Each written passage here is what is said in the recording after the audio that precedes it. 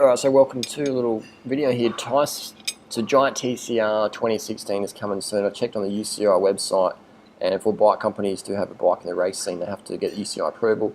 So you can see here TCR Advanced make year model 2016. So there's a new Advanced coming out. There's a new ASL ISP, it means integrated sync post coming out. And we have so it's March. It was a new fork as well, new frame and fork. So March they put in the UCI approval. Let's have a little look on Velo News.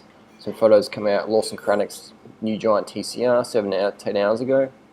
So it looks pretty similar to what we got now.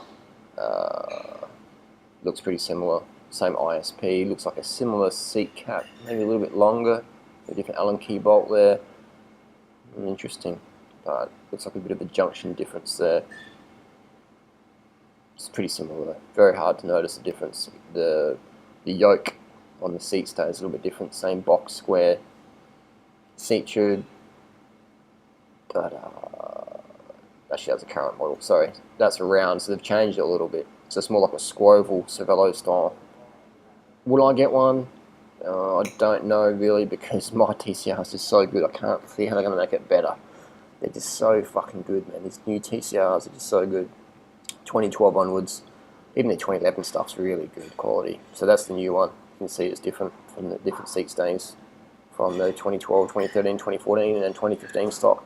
Last 4 years, same frame, but just a good bike, TCR. So will I get one? I doubt it. But I know the prices of the current TCRs are going to drop, and they're just such a fantastic bike. The Advanced or the SL, fantastic. So yeah, there you go. That's what I've got. Standard seat stays, and not much difference there. So that's it. New TCR. I wonder what the clearance is going to be. Are they direct? They look almost like direct mount brakes, so that may increase the clearance.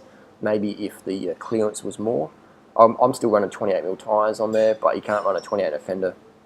You can run a 25 in a fender, like a crud road race, so it's good if you're training in wet weather or in Thailand. But other than that, it looks pretty similar.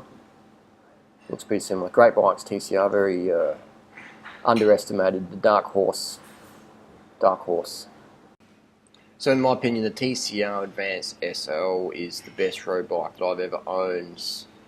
It is just the handling, the stiffness, the weight, the ride comfort. It's just the best I've ever ridden. It's better than any S-Works or Cervelo or Colnago or Pinarello I've ever ridden. Any bike, I mean, bikes, these days, bikes are good enough. It's not going to make you win a race if you're on a different bike, as long as your bike's good enough. I'm just saying that all the tests prove that the TCR is top of the range. The thing with Giant is that they don't inspire. Their marketing campaign doesn't have the same wank factor as other companies. It doesn't have that like prestige or emotion or whatever, even though it's the best product out there, in my opinion. The TCR Advanced is just a sick bike, but they're not as popular because they don't have the Raffer sort of like, wanky sort of click sort of vibe. That's not a bad thing. That's just human nature. We want to have emotion, like Karate Kid sort of style stuff. So that's why the Giant is, even though it's the best product out there, I don't feel their marketing campaign is as good as it could be if it had more emotion, or if they had maybe a different name or something like that. But they make most of the bikes, they make most of the Treks, they make most of the Colnagos, they make so many different bikes for other companies. They basically just put out brochures and bike companies go, yeah, I'll buy that or whatever. Here's our design, you make our bikes, Giant. So Giant I think they make more bikes for other companies than they probably do themselves. But again, you can have the best product out there, but if your marketing strategy doesn't appeal to human emotion, you're always going to miss sales. So I think that's where Giant could probably pick the game up and basically just be more transparent. Say, look, we make the best bikes. This is who we make bikes for. Take it or leave it. But I don't think they will do that, because it's maybe like, oh, it's not really proper, but that's what they should do, in my opinion. If I own Giant, that's what I'd do. Like, look, we fucking make the best bikes in the world. We make bikes for this company. Look, here's our fucking this brand on this line, whatever. That would be cool if bike companies started being a bit more transparent and more competitive. Maybe we'll see that in 2025, but 2015 it's still like, oh, yeah. But anyway, so I rate the Giant product. Never used to, but until I got to ride them. Now I own a few bikes from Giant. Definitely rate them. And I'm not sponsored by Giant. Some people do ride a I'm not sponsored by Giant. I pay exactly the same price that you can pay for any Giant product off the street. I don't get a discount. I pay retail.